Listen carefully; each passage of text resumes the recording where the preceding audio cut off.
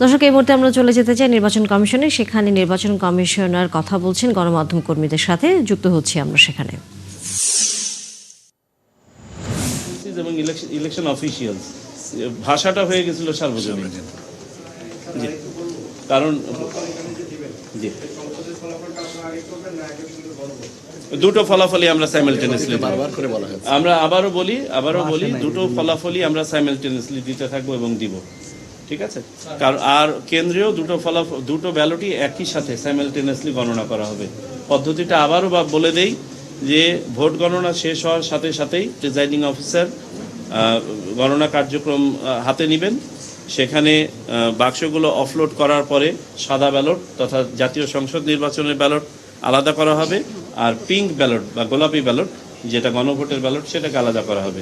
গণনা কার্যক্রম একই সাথে শুরু হবে। তা না হলে দেখা যাবে জাতীয় সংসদ নির্বাচনের ফলাফল পাওয়ার পরে এজেন্টরা দৌড় মেরে চলে গেছে, আর কেউ থাকবে না। আবার যদি আপনি গণভোটের ফলাফল আগে ডিক্লেয়ার করেন, অস্থিরতা তৈরি হবে বাইরে। সো আমরা দুটোর কোনোটাই করতে চাই না, একসাথে করব।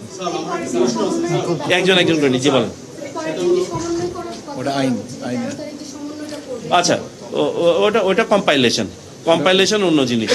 ফলাফল ঘোষণা এক জিনিস আর কম্পাইলেশন এক জিনিস। কম্পাইলেশন মানে হচ্ছে সকল কেন্দ্র থেকে যে ফলাফলগুলো এসেছিল খণ্ড খণ্ড খণ্ড খণ্ড করে যে সারারা যতক্ষণ সময় লাগুক না কেন সেটা যে এসছে, আমাদের অভিজ্ঞতা কি বলে, বেশিরভাগ ফলাফলই হয়তো দেখা যাবে মাঝরাতের মধ্যে পেয়ে গেছি আমরা, ডিস্টেন্ট কিছু সেন্টার ছাড়া, যেগুলো আসতে হয়তো একটু সময় লাগে।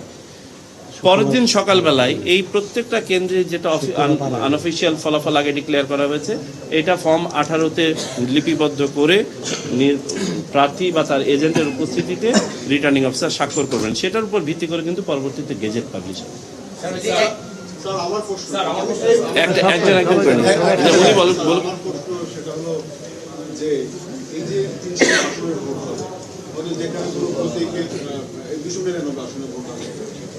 জাতীয় নির্বাচন হচ্ছে যে মার্কা বেশি পাবে সে জয়ী হবে একটা আসন, কিন্তু গণভোটের রেজাল্টে কি হবে? আসন সামগ্রিক ভোট এক করে একবারে হবে। জি, পুরা দেশের ভোটের সংখ্যার উপরে সিম্পল মেজরিটির উপর নির্ধারিত হবে। স্যার, রাজনৈতিক দল ও প্রার্থীদের যেমন হচ্ছে বিএনপি, জামায়াতে ইসলাম, প্রশ্নটা বলো। ধর্মকে ব্যবহার করে নির্বাচনী প্রচার চালাচ্ছে। এক পক্ষ বলছে যে আমরা করতেছিলাম, আরেক পক্ষ বলছে যে না ওরা নয় আমরা করতেছি। এরকম অসংখ্য ধারণা। নির্বাচন কমিশন এসবের বিষয়ে কি ব্যবস্থা নিচ্ছে? নির্বাচন কমিশন ওইসব তাত্ত্বিক ডিবেটের মধ্যে ঢুকতে চায় না। কেউ যদি ক্লিয়ারলি কোনো আচরণবিধি ভঙ্গ করে থাকেন তাদের বিরুদ্ধে ব্যবস্থা নেওয়া হচ্ছে। আপনাদেরকে শুধু অবগতির জন্য বলি, আমরা এই পর্যন্ত প্রায় 300 মতন শুধু কেসি ফাইল করেছি বিভিন্ন জায়গাতে। আমরা প্রায় 5 শতাধিক তদন্ত করেছি। শত প্রার্থী এজেন্ট তারা মাঠ পর্যায়ে ক্ষমা চেয়ে তাদের কারেক্ট করে নিয়েছেন বিধায় তাদের বিরুদ্ধে ব্যবস্থা করা হয় নাই। সো এটা কন্টিনিউয়াস প্রসেস। রিটার্নিং অফিসাররা যেখানে যে ধরনের পরিস্থিতি উদ্রেক হচ্ছে, কারো একটা ফেসবুকের একটা পোস্ট দেখে আমি মনে হয় কোনো কনক্লুসিভ কমেন্ট করতে পারবো না। আর আমাদের সামগ্রিক রাজনৈতিক বাস্তবতা এবং এর ভিতরে অন্য যেসব আন্ডারটোন আছে সেগুলো আমরা সবাই বুঝি। জি, একজন আমি সবারটা নিব, আজকে সবার উত্তর দেব। বলেন। আমরা তো কোনো স্পেকুলেশন করতে চাচ্ছি না, তবে আমরা ধারণা করি ইনশাল্লাহ আমরা যে ফিডব্যাক পেয়েছি, মানুষের মাঝে যে উচ্ছ্বাস, ভোটার টার্নআউট ভালো হবে ইনশাল্লাহ।